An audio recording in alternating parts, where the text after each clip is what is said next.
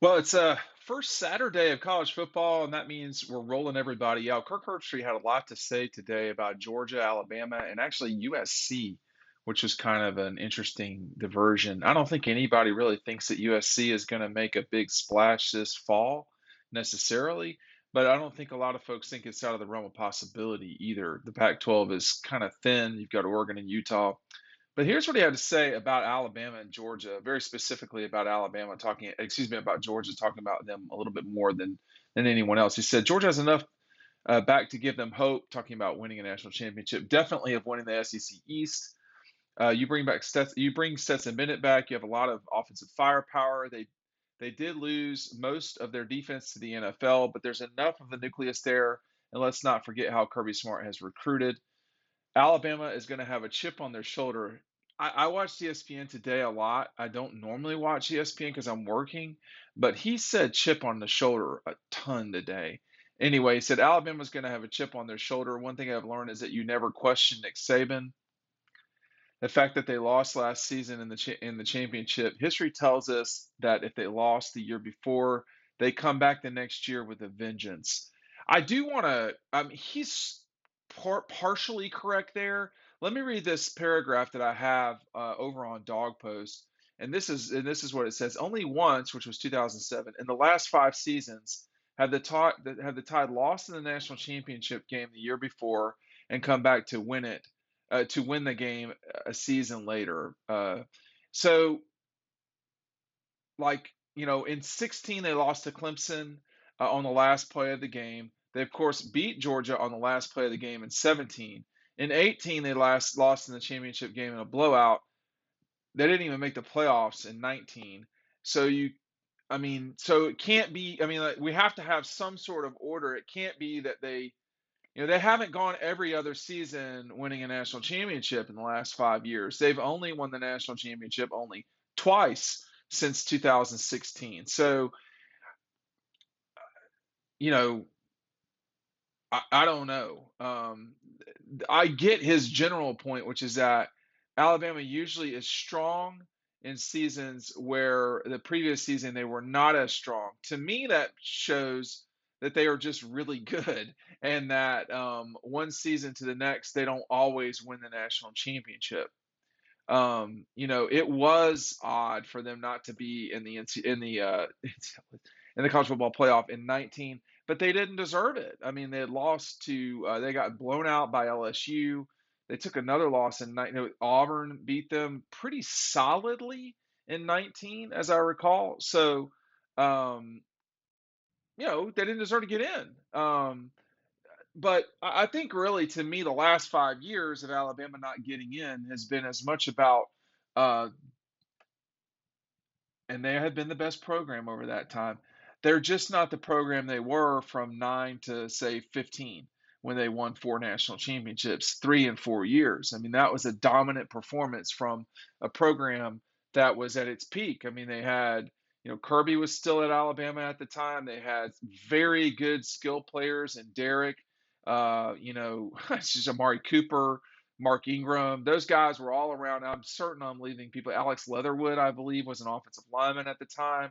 They had some guys, no question. They've got guys now, but it's a different world right now for Alabama than it's been in the past. Now, if they win the national championship this season, I think then you're starting to talk about, hey, are they recreating what they did in the early 2000, in the early, what was that, 2010s?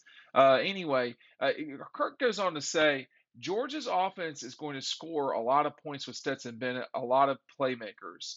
He says, and they still have guys like Jalen Carter, who could be the best defensive lineman in all of college football. Georgia is going to be there, and Alabama is Alabama. I think Jalen very well could be the best defensive player in college football and perhaps the best player in college football. And as good as Will Anderson is, and he is superb, everyone has fallen in love with him, and that's fine. He's a really good player. He's not the only really good player, and I'm not certain that he is the best player in college football, as we keep talking about. There was also a discussion today about the Heisman Trophy, and the best defensive player should be considered.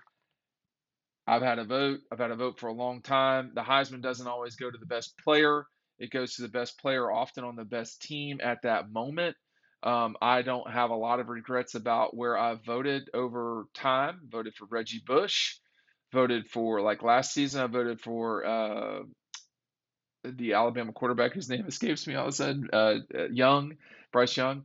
Um, but this is what we do. And if there's anyone to blame, if you want to call it that, for a defensive player not winning, it is definitely ESPN over the years. And I'm not a conspiracy theorist about ESPN. I'm not.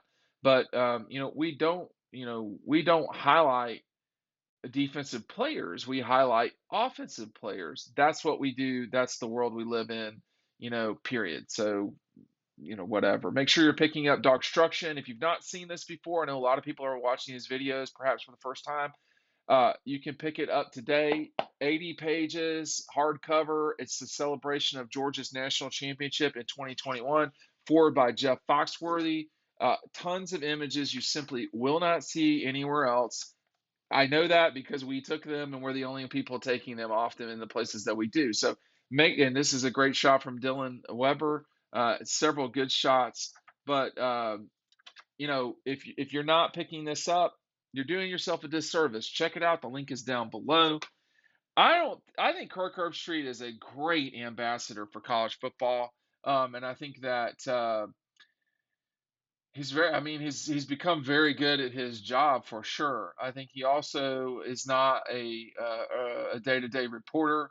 He's a commentator, and that's what his job is. If you were to ask him to go in depth about Georgia, he'd have a harder time, and that's not his job.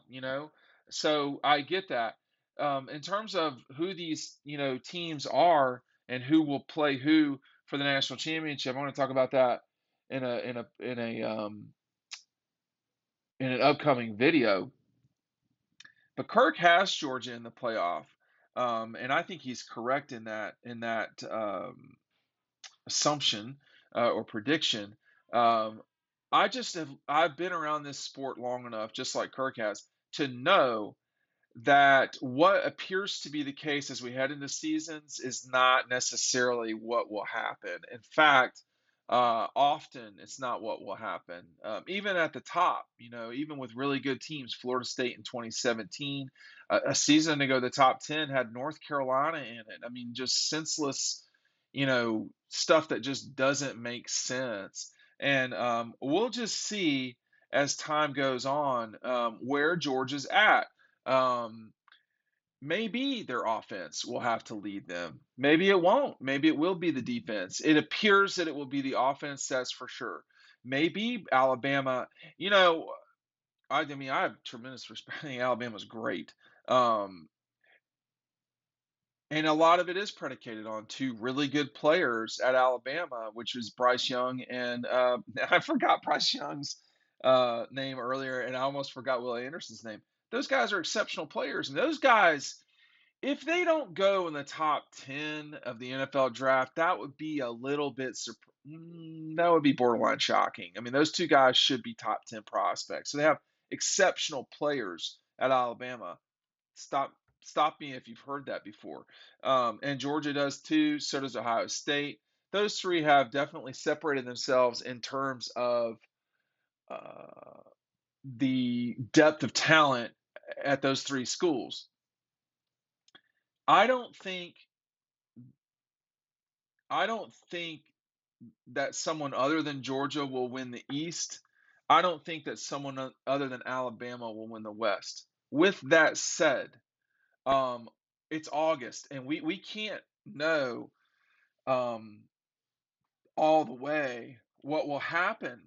We saw a season ago that the team that won the national championship lost its starting quarterback to injury, lost its number one wide receiver to injury. And I feel like they lost some. Oh, and Adam Anderson was not around for non-injury reasons. Those are three players Georgia was really depending on. They won the national championship going 14-1 and won the national championship game. They won both of the games in the college football playoff by double digits. We don't know what the future holds. And I mean, I think if you're picking Ohio State to win the national championship, that is completely within reason. I think if you're picking Alabama to win the national championship, I think that's completely within reason. I think Georgia is probably not at the level of those two, but I don't think they're so far behind. I have to tell you, if you're picking someone other than those three, I need a better explanation from you. I need to know why you are thinking the way you are. I'm going to get that in our next video. Thanks for watching.